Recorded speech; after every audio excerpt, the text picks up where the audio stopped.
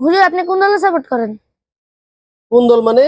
জানেন না ফুটবল বিশ্বকাপ শুরু হয়ে গেছে? কই জানি না তো। কি অবস্থা হুজুর, আপনি দুনিয়ার খবর জানেন না? পুরো এলাকা তো ব্রাজিল আর্জেন্টিনা পতাকা দিয়ে ভরে গেছে।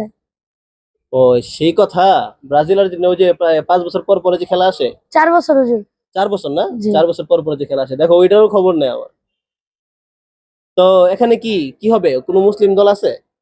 জি হুজুর, সৌদি আরব মনে হয় আছে। সৌদি আরব ওরা ওখানে গিয়ে কি করবে? দান সদকা করবে নাকি নামাজ রোজা করবে? হুজুর খেলবে। তো খেলবে, ওরা খেলবে, তো ওইটার খবর আবার রাখতেই হবে একদম। শোনো, তুমি কোন দলের সাপোর্ট করো? হুজুর ব্রাজিল। ব্রাজিল। ব্রাজিল। তুমি কি দেখে ব্রাজিলের সাপোর্ট করো? এমনি হুজুর, ভালো লাগে এই জন্য। মানে ভালো লাগার একটা কারণ আছে না?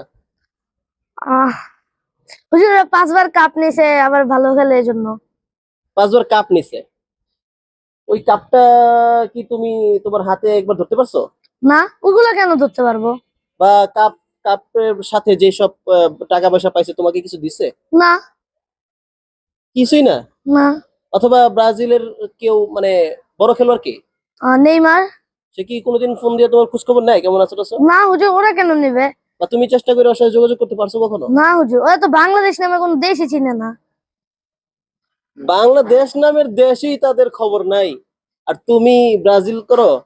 হ্যাঁ। আর তোমার বন্ধু বান্ধব এরা কি ব্রাজিলই করে? না হুজুর, এক একজন আর্জেন্টিনা, ব্রাজিল, পর্তুগাল। ও আর্জেন্টিনা সাপোর্টারও আছে আবার? জি হুজুর। শোনো, আমি তোমাকে বলি, ব্রাজিল, আর্জেন্টিনা দিন শেষে যদি সাম্প্রদায়িক কোনো দাঙ্গায় জড়ায়, ধরো তুমি মুসলিম আর তারা হচ্ছে ইহুদি খ্রিস্টান, ধরো কোনোভাবে যুদ্ধ লেগে গেল, জি তখন তারা কিন্তু এটা দেখবে না যে আরে ও তো আমার অনেক বড় ভক্ত ছিল, আমার অনেক বড় ফ্যান ছিল, এটা দেখবে না। শুট করবে তোমার মাথা বরাবর, একদম মেরে ফেলবে তোমাকে।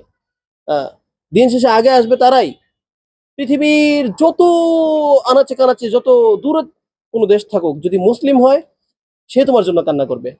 জি কথা বুঝতে পারছো? জি তারা কোনোদিন তোমার জন্য কান্না করবে না। তার জি চেয়ে বড় কথা হচ্ছে গিয়া, তুমি যদি অসুস্থ হও, তুমি যদি বিপদে পড়ো, তুমি যদি আজকে বিছনায় পড়ে কাতরাও, মেসি মেসি নেইমার নেইমার বলে সারা দিনও যদি চিল্লাও, তারা তোমার কোনো খোঁজ খবর নিতে আসবে না, জানেই না তোমার মতো একটা ভক্ত আছে। তো জি এদের জন্য তুমি লাফালাফি কেন করবা? একটা পয়সা যদি তাদের জন্য খরচ করো, একটা পতাকা কিনো, ওইটাও তো লস হবে তোমার। জি তো তাদের জন্য একটা পতাকা না কিনা তুমি ওই পতাকার টাকাটা একটা গরিব দুঃখীকে দাও, দোয়া করবে তোমার জন্য। জি হুজুর, বুঝো নাই? বুঝছি। এটা হচ্ছে আসল কথা। তার চেয়ে আরো বড় যে ফিতনাটা আমি তোমাকে বলি, ব্রাজিল এখন একটা জার্সি বের করছে। জি এটার মধ্যে তুমি খেয়াল করবা, আহ বাল যে দেবতা, ওই দেবতার ছায়া দিয়ে দিছে এখানে।